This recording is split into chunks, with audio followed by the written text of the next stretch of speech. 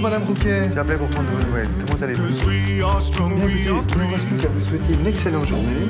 Rise up and see the light. Rise up and see the light. Feeling of being alive. Feeling of being alive. Rise up. Le groupe Vive est un groupe mutualiste qui agit au quotidien pour la santé de plus de 11 millions de personnes.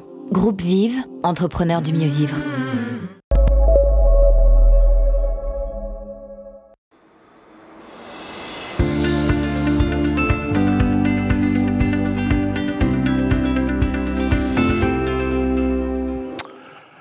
Bonjour à toutes et à tous, bonjour à vous Nicolas qui co-animez cette émission avec moi. La France déconfine, les restaurants rouvrent progressivement et vont être envahis par des Français avides de cet art de vivre national, du moins ceux qui en ont les moyens, dans notre pays meurtri par des mois de confinement. Être privé de liberté n'est pas être privé de nourriture, et il semble que la Covid se traduise dans notre pays par une prise de poids quasi unanime. Ça, c'est le constat de départ.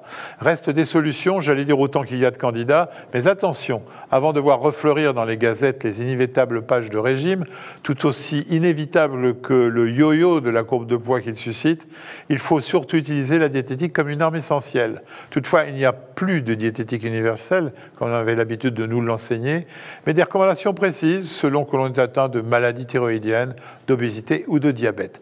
C'est le premier message que voudrait passer notre invité, le professeur Boris Ansel, qui est un de nos meilleurs spécialistes de la question. Alors vous vous dites, encore une émission sur la nutrition? Bien, détrompez-vous, notre invité va tout faire pour vous convaincre que les choses changent. Boris, bonjour. Bonjour. Votre spécialité est en train de changer, comme je le dis, ou c'est histoire de faire un générique de plus? Non, on a des nutritionnistes. Maintenant, un nutritionniste, c'est une compétence transversale qui peut être acquise par différents spécialistes. C'est ça ce qui est souvent difficile à faire comprendre à nos patients. Par exemple, vous êtes l'exemple même de la dérive de cela, puisque vous êtes professeur dans un service de diabétologie, mais vous êtes capable de faire des diététiques pour des gens qui ont des maladies, thyroïde encore ça va, mais pour des obèses, pour des gens qui ne sont pas forcément en rapport avec le diabète. Donc vous arrivez à vous sortir de tout ça? Mon affiliation universitaire, c'est professeur de nutrition, justement. Je suis endocrinologue diabétologue, c'est ma formation, mais j'ai mon affiliation, on m'a appelé, le doyen m'a donné un poste de professeur pour parler nutrition. Et pas diététique, justement. On va faire la différence. On va y venir. Alors, on sait qu'il n'existe heureusement plus de chirurgiens généralistes, que la connaissance a grandi, que les chirurgiens se sont spécialisés. Est-ce que la nutrition est en train de suivre un chemin équivalent? Écoutez, il y a besoin de plus en plus de nutritionnistes. Les problèmes de santé liés à la nutrition croissent. La connaissance en nutrition devient de plus en plus complexe. Il y a un besoin de la part de la population, mais aussi de toutes les autorités, de mieux comprendre la nutrition. Donc on a besoin effectivement de former des spécialistes de la nutrition. Et c'est pas simple de faire comprendre ça, mais je pense qu'on va effectivement vers une spécialité qui va se développer pour répondre tout simplement aux besoins. Vous pouvez nous expliquer en deux mots ce que sont les diététiciens? Alors, c'est une profession paramédicale. Expliquez-nous un petit peu plus en détail quels sont leurs métiers et qu'est-ce qu'on en attend. La diététique, c'est une activité qui est bien réglementée. L'activité de diététicienne ou diététicien, c'est une activité qui consiste à, pour les patients, proposer un régime alimentaire, pas au sens restrictif du terme, qui correspond aux besoins de la personne, et parfois quelque chose de très individualisé. Et pour ce qui est, parce qu'il ne faut pas oublier ce versant-là, des cantines, des collectivités, de faire appliquer les règles, les cahiers des charges du repas équilibré, il y a des cahiers des charges, et la réglementation concernant la sécurité sanitaire. Donc, la diététicienne ou le diététicien a une compétence que le médecin n'a pas. C'est un ultra-technicien de l'alimentation. Il sait ce qu'il y a dans l'alimentation, il sait ce qui se passe quand on transforme l'alimentation, et il sait quelles sont les règles sanitaires à respecter pour que l'alimentation ne nous empoisonne pas. Par exemple, pour éviter les toxi-infections alimentaires collectives. Le diététicien ou la diététicienne, pour le patient, agit sur prescription médicale. Ça, c'est ce qui est dans les textes. Donc, le diététicien agit auprès du patient, fait l'éducation thérapeutique très concrète, très pratique, très technique. C'est ce à quoi il est formé. Le médecin, c'est le spécialiste des maladies liées à la nutrition. Je parle le médecin nutritionniste. Oui, d'accord. Mais alors, dites-moi, le médecin généraliste qui nous écoute, il envoie directement à la diététicienne ou il est obligé de passer par la case nutritionniste? Non. Heureusement, on a tous une formation diététique générale, une formation nutrition, qui nous permet, pour la grande majorité des patients, de leur donner des conseils appropriés. Quand vous dites tous, c'est-à-dire tous les médecins? Tous les médecins. D'accord. Tous les médecins ont un minimum de formation. Vous êtes bien sûr de ça? Ouais. Attendez, je reconnais, vous avez raison. J'ai dit un minimum. Vous savez, avant de venir, j'étais justement en train de faire le cours aux étudiants en médecine et ça a beaucoup changé. Quand moi, j'ai passé mes études de médecine, je pense qu'il n'y avait pas une heure de cours de nutrition. Le régime sans sel, le régime sans sucre, et puis pour le diabète et l'hypertension, enfin, si on fait court. Absolument. Et c'était grand principe, et puis on ne pouvait rien faire avec ces grands principes. Aujourd'hui, on a quelques heures, c'est pas beaucoup, de nutrition. Ce qui permet à tout médecin, en tout cas les futurs médecins et les nouveaux, grâce à la formation continue quand même, ont accès à ce type d'informations, peuvent, pour la majorité, aider le patient à appliquer les recommandations pour une bonne hygiène de vie par rapport à ces maladies. Il est vrai que pour un certain nombre de patients, ça ne suffit pas et il peut adresser directement au diététicien. Pas besoin, dans la majorité des cas, de passer par la case du médecin nutritionniste. Et pour les médecins qui se sentent des lacunes, eh bien, il y a des diplômes universitaires de nutrition. J'en coordonne un où on a chaque année 200 apprenants qui, dans la majorité des cas, sont des médecins qui, justement, veulent avoir un minimum de compétences. Alors, si on en revient à la spécialité nutrition, c'est quoi concrètement les pathologies auxquelles vous avez à faire face et que vous traitez? Alors, quelles sont les pathologies qui sont liées directement à la nutrition? Évidemment, on a l'obésité. Ça, c'est la première chose qui vient à l'esprit aujourd'hui en termes de fréquence de consultation pour un médecin nutritionniste. Et puis, il y a l'autre versant, le versant dénutrition. C'est-à-dire des pathologies comme le grêle court, tout ce qui est malabsorption, maldigestion, qui relèvent d'une prise en charge par un médecin nutritionniste. Et puis ensuite, on a d'autres pathologies, comme le diabète, qui en grande partie est lié à l'hygiène de vie et à l'alimentation, ou certaines allergies, la maladie cœliaque. Donc, toutes les pathologies où on se dit « Ah, la nutrition est en cause », eh bien, c'est une pathologie qui relève du médecin nutritionniste, qui doit donner son avis, qui doit faire une prescription et se faire aider, parce qu'il n'a pas les compétences, dans beaucoup de cas, il n'a pas les compétences suffisantes pour aider au quotidien son patient. Je dis bien dans beaucoup de cas, certains médecins se sont aussi formés à la diététique. Alors, en vous écoutant, il y a une question qui m'apparaît importante. Quand vous parlez d'obésité, de diabète, tout ça, c'est évident, le diagnostic souvent se fait en ouvrant la porte.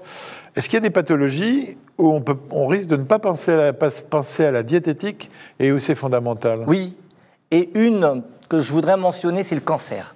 Ce n'est pas la moins fréquente. C'est pas la moins fréquente et c'est pas la moins reliée à l'alimentation. Si on prend l'exemple du cancer du côlon, par exemple, les spécialistes de la gastro-entérologie, pas spécialement nutritionnistes, ont intégré depuis peu un chapitre entier sur la nutrition du patient pour la prévention ou le traitement du cancer du côlon. Aujourd'hui, il n'y a pas de doute, ou en tout cas, il y a un niveau de preuve très élevé sur la relation entre la consommation en fibres et le cancer du côlon, la relation entre la charcuterie et le cancer du côlon, dans le sens inverse, malheureusement. Donc, il y a vraiment des connaissances. Et un patient qui est traité pour un cancer et pour lequel on n'aborde pas la question de la nutrition, eh bien, il y a toute une partie du traitement qui n'a pas été faite. Vous avez toujours d'ailleurs les mêmes relations avec l'exercice physique, exercice règle, hygiéno-diététique qu'on a appris mal et on tombe les mêmes choses. Non, ma question était encore, cancer, bon, on sait que le cancer, on sait le diagnostiquer, on sait quelqu'un qui a un cancer, c'est justement que maintenant c'est alimentation et cancer. Moi, je parle simplement d'une maladie pour laquelle il n'y a pas de signe extérieur et laquelle le médecin devrait rechercher quelque chose pour savoir que ça se traite essentiellement par la diététique. On a parlé de la maladie cœliaque tout à l'heure, ouais, c'est un exemple. Et le côlon court, la colopathie fonctionnelle. Hein, et c'est le duodénum court. Non, le grêle court, c'est ouais. une pathologie qui est quand même relativement rare. C'est toutes les pathologies qui ont entraîné un dysfonctionnement du grêle, qui fait qu'il y a une malabsorption. Ça se diagnostique comment, ça ? C'est une dénutrition. Ça se diagnostique par une dénutrition. Par exemple... on est devant une feuille blanche quand il y a une dénutrition. Comment on procède ? Quand on est en situation de dénutrition, la première chose à faire, et ça c'est médical, ce n'est pas le diététicien qui le fait, c'est un bilan pour voir les carences qui sont présentes. Deuxièmement, on chiffre l'importance de la dénutrition. On a aujourd'hui des critères qui sont proposés par la Haute Autorité de Santé pour cela. Et assez rapidement, on va adresser là un médecin nutritionniste pour mettre en place une stratégie efficace. Et là, il y a toute une démarche thérapeutique à mettre en place. Alors moi, j'ai une question par rapport aux allergies alimentaires. Est-ce que dans votre métier de nutritionniste, vous abordez les questions des allergies alimentaires? C'est de votre ressort ou des allergologues? Ou est-ce que vous travaillez les uns avec les autres? Alors, on est effectivement sur une spécialité transversale. Donc, ça va depuis l'allergie alimentaire jusqu'à l'obésité, en passant, on l'a vu, par la maladie cœliaque, qui n'est pas une allergie. Il est clair qu'on n'est pas tous spécialisés sur tous ces sujets. C'est bien ce qu'on peut vous reprocher. Là. Vous êtes en train de nous faire le chirurgien généraliste. Non, bien au contraire. On a la chance d'avoir maintenant des carnets d'adresses, d'avoir la possibilité d'adresser. Et personnellement, au quotidien, je ne m'occupe pas de dénutrition. Ouais. Donc j'ai ma collègue spécialiste de dénutrition, j'ai des confrères, des consoeurs allergologues. Là où on nous attend, c'est de ne pas passer à côté d'une pathologie. Et je crois que ça, c'est vraiment important. Je crois que c'est un principe général en médecine. Oui, mais vous dites quoi, médecin généraliste qui vous regarde? Parce que là, vous, quand déjà ça arrive chez vous, on a déjà une partie du diagnostic probablement qui était fait. Donc c'est quoi vous alertez comment les généralistes? Je dirais aux généralistes, d'abord de continuer la formation continue. On le fait, nous, à l'hôpital. Tous les spécialistes le font. Le généraliste doit le faire aussi. Et je pense, si on prend l'exemple de la maladie cœliaque, on en a beaucoup entendu parler les dernières années à l'occasion, et on peut au moins reconnaître cela comme bénéfice de toute cette histoire autour du risque du gluten, etc. Ça a fait parler beaucoup de maladie cœliaque. Donc il y a eu des formations. Je pense qu'aujourd'hui, un médecin généraliste est plus à même de penser à la maladie cœliaque qu'il l'était il y a 10 ans. Ouais. Et je pense que, voilà, c'est comme tout, c'est la formation. Et c'est vrai que les habitudes alimentaires continuent. Vous verrez à la fin, on a quelques questions sur les véganes, sur les jeûnes intermittents, tout ça. C'est vrai que ça fait un petit peu information sur fourre-tout, mais c'est quand même les questions qui arrivent. Nicolas? Très important. Autre question, vous nous expliquez qu'à Paris, vous avez des spécialités, vous ne traitez pas tout en termes nutritionnels. Mais dans d'autres endroits en France, quand on est à Clermont-Ferrand, Guéret, Limoges, Poitiers ou autre, y a-t-il des ressources pour pouvoir... Vous avez raison. Alors, il y a un problème et il y a une solution. Le problème, c'est le désert médical. On ne peut pas le résoudre aujourd'hui. Oui, ça non. Et donc, il n'y a pas assez de nutritionnistes. C'était en préambule ce que je disais, c'est-à-dire il faut former des gens. Et c'est pas simple, c'est compliqué d'organiser les choses. La solution aujourd'hui, même si elle ne va pas convaincre tout le monde, mais moi j'en suis convaincu, du fait que j'ai testé, que j'ai utilisé, c'est la télémédecine. Télémédecine, oui. Il n'y a pas une spécialité qui se prête mieux que la nutrition à la télémédecine. Il n'y a pas. Effectivement, on n'a pas besoin d'opérer les gens, on a très peu besoin de les examiner. Il faut les voir, il faut les écouter, il faut prescrire les bons examens et ne pas prescrire ceux qui ne servent à rien, parce qu'on voit aussi des choses assez ahurissantes dans des prescriptions. Donc je pense qu'aujourd'hui, on peut soigner, quel que soit là où on se trouve. Alors on nous en voudrait de ne pas parler des confinements. On a une idée chiffrée des conséquences nutritionnelles de toutes ces périodes où on est resté déjeuner, dîner, petit déjeuner à la maison. Alors il y a eu beaucoup de chiffres qui sont sortis, et on a dit, surtout après le premier confinement, qui était le plus sévère, une prise de poids moyenne des Français de 3 kilos. Mais je vais vous donner un autre chiffre en avant-première, puisque c'est une étude que nous avons faite qui va être publiée. Alors, dans une population particulière, c'était des patients diabétiques avec un surpoids et une obésité. Et 20% de cette population a perdu du poids. Alors je vous dirais que 30% en a pris. Hein. Ouais. Ce que je veux vous dire par là, c'est que oui, c'était une période difficile pour tout le monde, et un certain nombre de nos patients ont très mal vécu, ont pris du poids, ont détérioré leur diabète ou ne se sont pas soignés correctement. Mais ce qui pose question, c'est que ça a été quand même, pour 20% d'entre eux, un moyen, enfin en tout cas une occasion de perdre du poids. C'est très intéressant, parce que ça veut dire que certains des patients obèses et diabétiques, en l'occurrence dans cette étude, eh bien finalement, il faut vraiment peut-être les aider sur autre chose que la nourriture, les aider dans leur mode de vie, peut-être le télétravail, peut-être moins de stress, peut-être... Voilà. Ils ont pris conscience ou comment vous expliquez ça? Justement, c'est la grande question. Alors, on n'a pas la réponse à cette question aujourd'hui, parce qu'on n'a pas pu poser ces questions. C'était dans une cohorte de 20 000 patients diabétiques qui ont suivi le programme Covidiab, que nous avons lancé pour l'accompagnement des diabétiques en ligne. Et on a observé ce fait. Mais ça, effectivement, ce que vous dites, il s'est passé des choses. Le médecin généraliste, il doit aborder systématiquement, là maintenant, la nutrition avec tous les gens qu'il va voir sortant du déconfinement? Je pense que le médecin généraliste sait ou doit apprendre à détecter les petits signes. Évidemment, il faut peser son patient. Évidemment, il faut poser quelques questions sur le comportement alimentaire. Poser quelques questions sur l'aspect économique. Est-ce qu'on a les sous d'acheter, à manger, etc.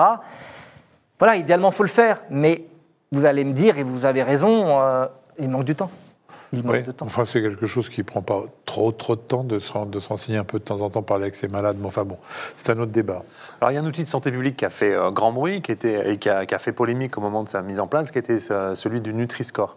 Est-ce que vous, en tant que nutritionniste, vous utilisez cet outil pour aider vos patients, ou est-ce que c'est un outil de diététicien, justement? Vous savez, non, c'est un outil de tout le monde.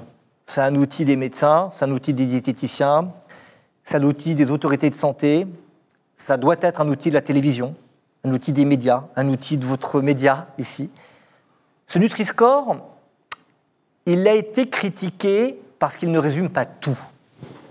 Mais ceux qui l'ont créé, je les connais bien, même si moi je n'ai pas participé à ce travail, le disent. Ce Nutri-Score ne résume pas tout, il est basé sur certains critères qui sont les critères sur lesquels on a le plus haut niveau de preuve aujourd'hui en nutrition. Le sel, les graisses saturées, la teneur en calories, les sucres, les fibres. Peut-être oublier quelque chose, mais je pense que je dis l'essentiel. Alors vous allez me dire, oui, mais on ne tient pas compte des pesticides, on ne tient pas compte des additifs. Évidemment qu'il faudra tenir compte de tout cela. Mais aujourd'hui, la réalité, c'est que le niveau de preuve sur les bénéfices et inconvénients de tel ou tel nutriment pour la santé est beaucoup plus élevé sur les nutriments, sur les composants dont je vous ai parlé, que sur les additifs, que sur les pesticides, où il y a des choses qui apparaissent, mais où on manque encore de certitude pour pouvoir dire « voilà un score qui va être utile ». Et n'oublions pas que le Nutri-Score, il a fait l'objet de plus de 40 études pour montrer, que c'était un score qui était compris de la population, et je crois que nous, médecins, on sait bien qu'un des premiers obstacles, c'est la difficulté de nos patients à comprendre ce qu'ils achètent. Donc ça, ils l'ont montré, c'est efficace. Et deuxièmement, plusieurs études ont montré que le suivi du Nutri-Score était associé à moins de pathologies chroniques. Alors, avec tous les biais possibles des études épidémiologiques, mais on a quand même des éléments intéressants. Maintenant, je vous dirais qu'il y a un autre score qui est intéressant et qui est complémentaire, c'est le score NOVA, par exemple, ou le score Sigma, c'est encore un autre score, qui est un score qui témoigne de l'ultra-transformation des aliments. Voilà, donc en pratique, oui, le Nutri-Score est un outil à compléter éventuellement du score NOVA ou d'un score d'ultra-transformation et à compléter au cas par cas d'informations. Si vous voulez, on a une boîte à outils et chacun va utiliser les outils pour aider son patient. Alors, vous parlez de nouveaux scores, Nova, Sigma. Est-ce qu'il y a des digital therapeutics, comme on dit, c'est-à-dire des thérapies numériques qui aident un peu à se repérer? Parce que le Nutri-Score, il est légal maintenant sur quasiment tous les aliments, pas sur l'alcool. Non, pas sur l'alcool. Ni sur la pâte à tartiner célèbre. D'accord. Mais ces autres scores sont difficiles à manipuler pour le grand public et pour les médecins traitants qui souhaitent accompagner leurs patients. Donc, est-ce qu'il y a des digital therapeutics qui permettent de combiner ces scores ou qui sont en développement pour accompagner les patients dans leur alimentation? Alors, combiner les scores, non, pas encore, tout simplement parce qu'il faudrait l'évaluer. Donc, on ne peut pas aujourd'hui proposer score Nutri-Score plus Nova moins 1,5 de Sigma. Voilà. En revanche, je pense qu'il faut faire simple. D'abord, dire que c'est un outil pour la population, démocratisé, simple. On n'a pas besoin, effectivement, de dire à son patient, puisque c'est sur l'emballage. Donc, vert, jaune, orange, rouge. Peut-être que les gens le sachent. Hein. Absolument. Et c'est pour ça que notre travail, c'est de le faire savoir. Après, il faut quand même dire qu'il y a beaucoup de marques qui n'ont pas souhaité mettre le Nutri-Score. Pourquoi c'est pas obligatoire? C'est pas obligatoire. Ça, c'est le combat des équipes de Serge Herzberg et Mathilde Touvier, donc, qui travaillent sur ce sujet, d'essayer de le rendre obligatoire au niveau européen. Bon, il faudra leur demander pourquoi ils n'y arrivent pas. Beaucoup d'industriels s'y opposent. Je vais vous donner une information, ce n'est pas pour faire de la publicité, hein. Je n'ai pas de lien du tout avec cette marque. Mais McDo a décidé d'afficher Nutri-Score à partir de l'été 2021. Voilà. D'autres ne le veulent pas. Je disais, la célèbre marque de pâte à tartiner ne le veut pas. Je pense que... voilà, pourquoi, comment faire, est-ce que vous l'obligez, c'est la politique, mais je ne vais pas vous dire. Tout ça, ça paraît, si le grand public vous écoutez, ça paraît effroyablement compliqué. Il dit quoi le médecin à son malade sur le Nutri-Score et sur ça? C'est quoi le message simple? Le message simple, c'est, vous avez un score qui vous donne une indication pour que, entre deux aliments de la même catégorie, vous choisissez celui qui a le meilleur Nutri-Score. Voilà. C'est exprimé en quoi, les Nutri-Scores? C'est une échelle qui va de A à E, de vert à rouge. Donc, il ne faut pas prendre du E rouge. Si vous avez un produit classé Nutri-Score B, un produit de la même gamme classé Nutri-Score C, eh ben vous prenez celui classé Nutri-Score B. Ça ne veut pas dire que le C est interdit, ça veut dire que, comme toujours en nutrition, il faut un équilibre, mais qu'on va choisir. Donc moi, c'est comme ça. Mais on peut avoir un A rouge, par exemple? Non. En fait, A correspond à vert, E correspond à rouge, et au milieu, vous avez, ça va de jaune, orange... C'est un technocrate de l'ENA qui a fait ce Non, c'est une équipe de l'INSERM. Et justement, une équipe de l'INSERM qui l'a fait dans toute indépendance. Je n'en fais pas partie, donc je peux vous en parler extérieurement. Pourquoi mettre des couleurs et des chiffres? Une couleur ou un chiffre aurait suffi. Écoutez, ça a été évalué. En fait, ce qu'a fait l'INSERM, c'est une évaluation de différents scores qui avaient été proposés dans des supermarchés tests. Et ils ont montré que le Nutri-Score était celui qui aidait le mieux les acheteurs. Mais si vous voulez, je suis tout à fait d'accord avec ceux qui critiquent en disant « ce n'est pas le score idéal ». Moi, régulièrement, je publie sur mes réseaux sociaux des choses sur le Nutri-Score et on m'attaque, mais on ne parle pas des pesticides, c'est ultra transformé, etc. Mais bon, c'est mieux que rien. C'est mieux que rien, et le Nutri-Score est destiné à évoluer. Dites-moi, votre Nutri-Score, il paraît totalement dépassé à côté de toutes les applications qui sortent. Il n'y a pas de semaine ou de mois qu'on voit... On va sortir une application qui vous dit allez un petit coup avec votre smartphone et tout de suite on vous donne toutes les informations. Qu'est-ce qu'on doit penser de toutes ces applications? Est-ce que c'est vraiment ça l'avenir plutôt que d'aller avec des... Parce qu'on n'a jamais oublié qu'il y a des gens qui ne voient pas bien. Hein. Nutri-Score, moi de temps en temps j'essaie de le lire. Je n'arrive pas à bien le lire. Donc, tandis qu'avec un code barre, ça va tout de suite. On en est où de tout ça? Ça avance? Alors, effectivement, il y a énormément d'applications qui sont sur le marché. On enseigne ça à la fac, puisque maintenant, nous, on coordonne un diplôme universitaire de santé connectée. Et cette thématique de la nutrition et des applications, c'est une thématique qui est abordée chaque année avec les étudiants et les apprenants. J'utilise ce type d'application pour quelque chose de simple. Moi, j'en utilise une principale que je peux mentionner puisque ce n'est pas de publicité, c'est Open Food Facts, qui est une application qui est d'ailleurs soutenue par les autorités de santé, qui est une application gratuite, participative. Qui dit quoi? Qui donne, quand vous scannez l'aliment, le Nutri-Score, la composition nutritionnelle et le score Nova. Et les objets connectés, vous en prescrivez? Alors les objets connectés, on dit toujours les objets connectés. Quand on regarde ce qui a fait la preuve de son efficacité, finalement, il y en a un. Il y en a un, et d'ailleurs, ce n'est pas un objet connecté, c'est un objet qui peut être connecté, c'est le tracker de pain. Voilà.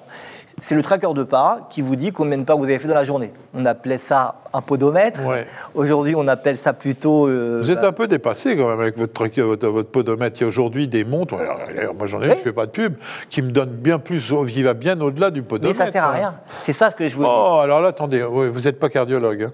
Ah, attendez, j'ai la montre qui fait le CG. J'ai la montre qui donne le CG, qui dépiste les troubles du rythme. Tout simplement les troubles du rythme. Oui, alors bon, voilà. Je l'ai. Ne dites pas qu'il n'y a que le podomètre qui sert à quelque chose. Je disais sur le plan nutritionnel. Voilà, oui, sur le plan nutritionnel. Dans les objets connectés, il y a d'autres choses qui sont intéressantes. On aurait pu parler effectivement, et je l'ai, même si je ne crains pas de faire d'arythmie. Ouais. Mais vous n'en savez rien. J'en sais rien absolument, et d'ailleurs, ça ne finira pas cette émission.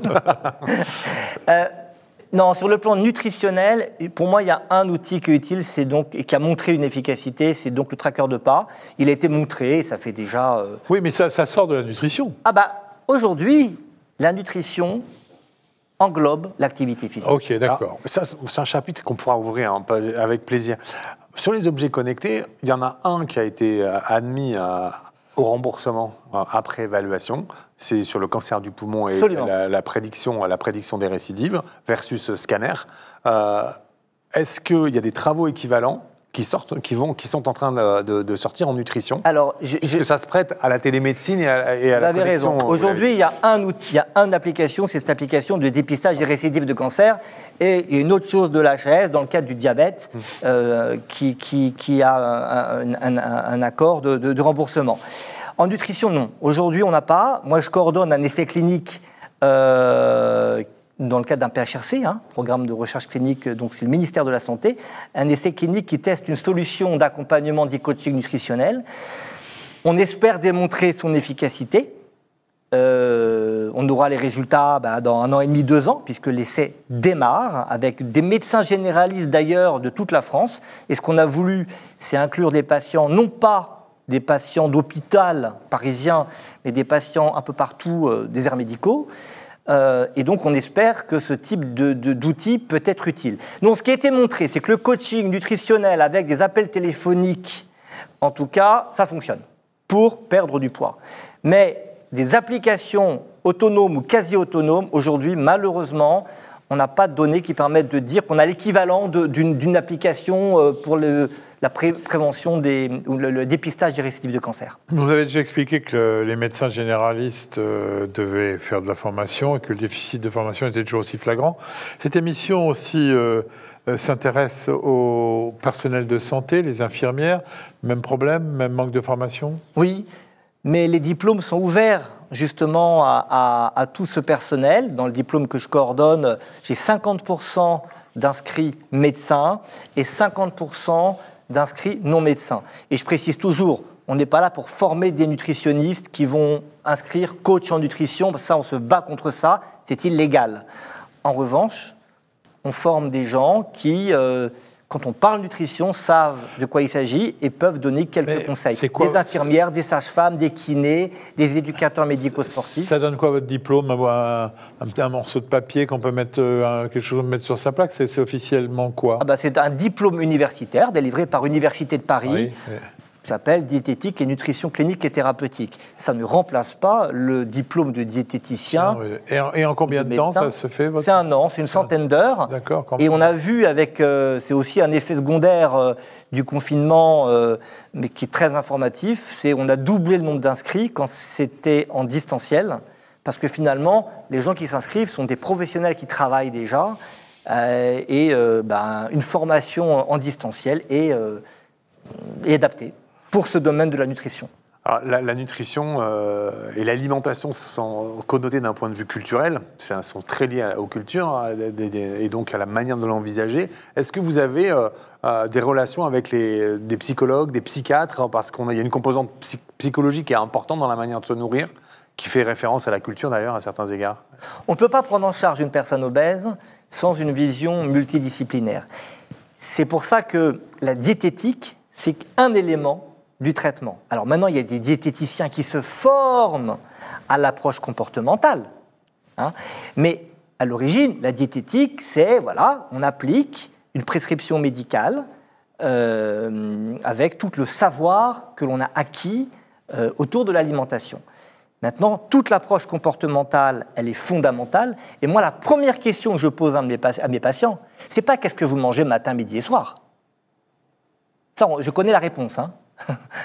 C'est est-ce que vous contrôlez vos apports alimentaires? Est-ce que vous avez des crises parfois? Est-ce que vous perdez les contrôles? Est-ce que vous grignotez? Est-ce que vous vous levez la nuit pour manger? Vous cherchez l'hyperphagie et d'être boulimique, oui. Tous les éléments qui sont le témoin d'un trouble du comportement plus ou moins sévère.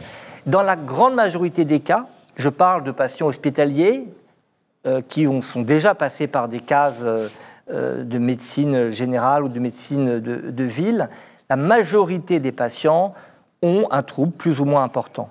Mais de la même façon qu'on dit que diététicien et nutritionniste, il y a psychiatre et psychologue. On sait qu'il n'y a pas assez de psychiatres dans notre pays. Les psychologues, on en mange encore. Mais vous envoyez plutôt qui à des psychologues? Au cas par cas, si vous voulez, c'est vraiment au cas par cas. D'accord. Quand vous dépistez un patient chez lequel vous pressentez qu'il faudra une thérapeutique médicamenteuse,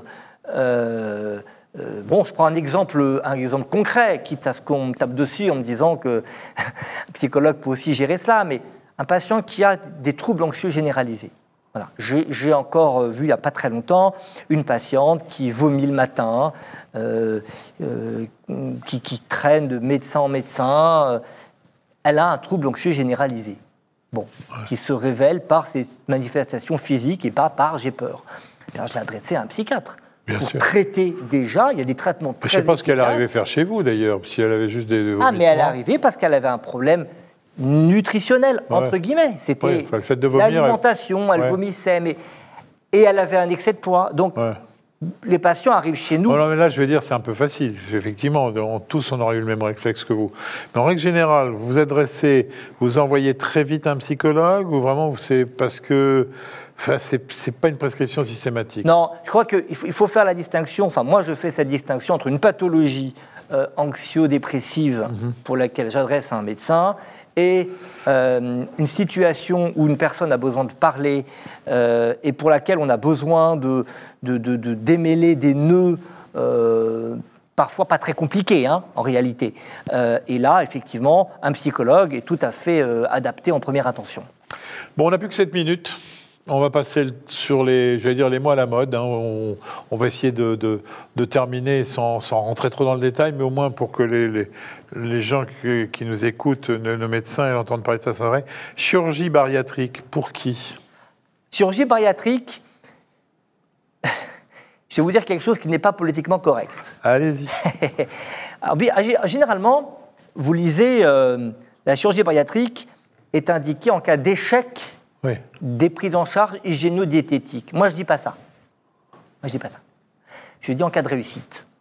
Quand vous êtes face à une personne en obésité sévère ou obésité massive, ou IMC plus de 35, plus de 40, et que cette personne, par une prise en charge simple, avec un médecin généraliste qui s'intéresse à cette personne, ou un nutritionniste éventuellement, cette personne n'a pas pu changer de manière radicale son mode de vie, eh bien, ça veut dire que la pathologie qu'est l'obésité, parce que c'est une pathologie nutritionnelle, est sévère, et qu'elle ne pourra pas, par simplement une aide, que ce soit un psychiatre, un psychologue, un nutritionniste, un acupuncteur, etc., perdre plus de 5 à 10% du poids. Donc, ce patient-là, c'est ma vision des choses, ça n'engage que moi. Oui. Je l'accompagne pour réussir à perdre les 5 à 7% de perte de poids qui sont accessibles à un traitement médical multidisciplinaire. Quand elle a réussi à changer des choses, et je dis bien quand elle a réussi, là, si on a besoin d'une perte de poids plus importante, la chirurgie a son intérêt. Et aujourd'hui, malheureusement, en France, trop souvent, on adresse à un chirurgien quand le patient dit « j'ai tout essayé, j'arrive pas ». Il se fait opérer assez rapidement avec la logique « on vous opère et après, il faudra faire gaffe ». Et c'est comme ça qu'on arrive à 50% d'échecs à 5 ans. Vous reviendrez faire l'émission, c'est passionnant. Question suivante. On entend beaucoup parler du jeûne. Quelles sont aujourd'hui vos préconisations sur le jeûne? Est-ce que ça a été évalué? Est-ce que le jeûne intermittent a des bénéfices? Où en est-on? Alors, Il y a eu beaucoup de littérature scientifique sur ce sujet. Et malheureusement aussi beaucoup de littérature grand public qui n'a rien à voir avec la littérature scientifique. La littérature scientifique, elle a été résumée dans une belle revue de l'American Heart Association il y a déjà 3-4 ans et considère que le jeûne ou les jeûnes peuvent apporter des bénéfices pour la santé.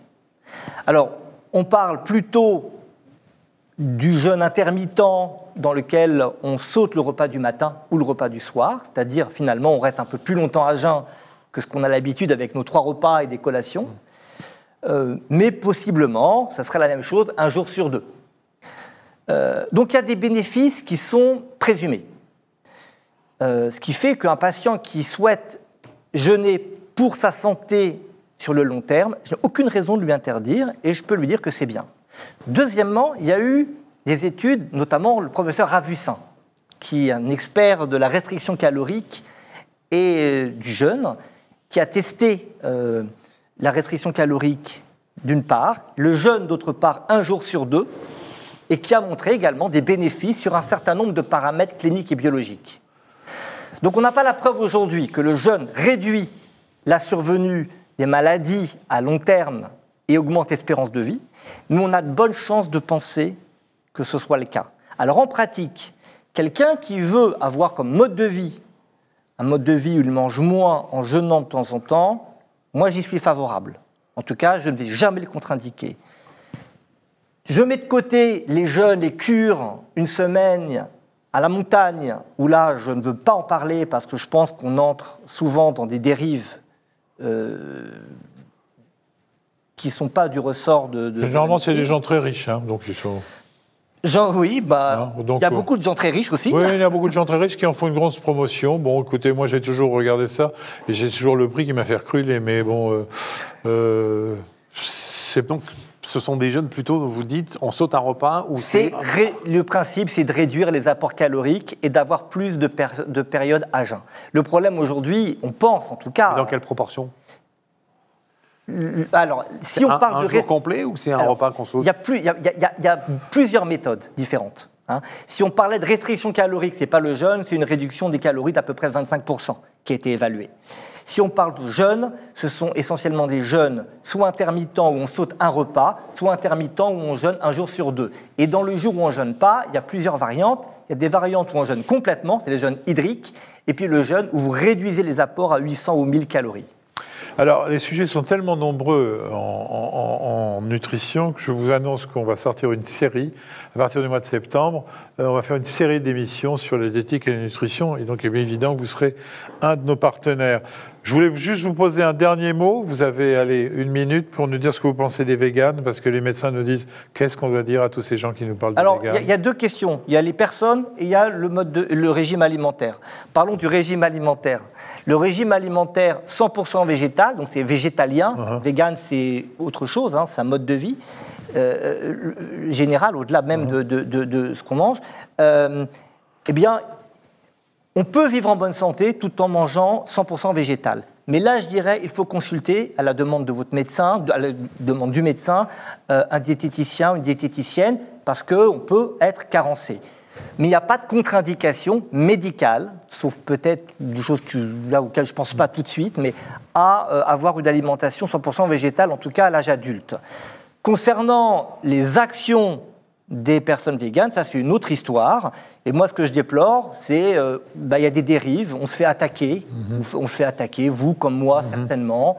Dès qu'on parle de l'intérêt potentiel des produits laitiers, alors que je n'ai aucun lien d'intérêt avec l'industrie laitière, eh bien, on est traité de tous les noms. Donc ça, je ne veux pas parler des gens qui font de ces dérives, mais le régime en lui-même, quelqu'un qui veut le faire, j'ai rien contre. Bon, je ne vais pas vous demander de conclure parce que vous allez revenir, donc de toute façon, ça ne sert à rien de conclusion. Je vous ai senti passionné par ce sujet, Nicolas. Je trouve passionnant. Il y a un sujet qu'on n'a pas abordé, qu'on abordera peut-être dans une prochaine émission, c'est le lien entre nutrition diététique et activité physique, donc les entrées et les sorties. Ça fera partie de la série et je crois que là, c'est extrêmement important, sachant que ce sont des métiers différents aujourd'hui. qui travaillent ensemble. Et des métiers différents, vous faites bien de le dire. Merci messieurs, cette émission est terminée. J'espère qu'on a pu vous faire passer de nombreux aspects pratiques pendant le temps passé ensemble. On se retrouve la semaine prochaine, même jour, même heure. On va parler d'innovation thérapeutique, un autre vaste sujet. En attendant, portez-vous bien.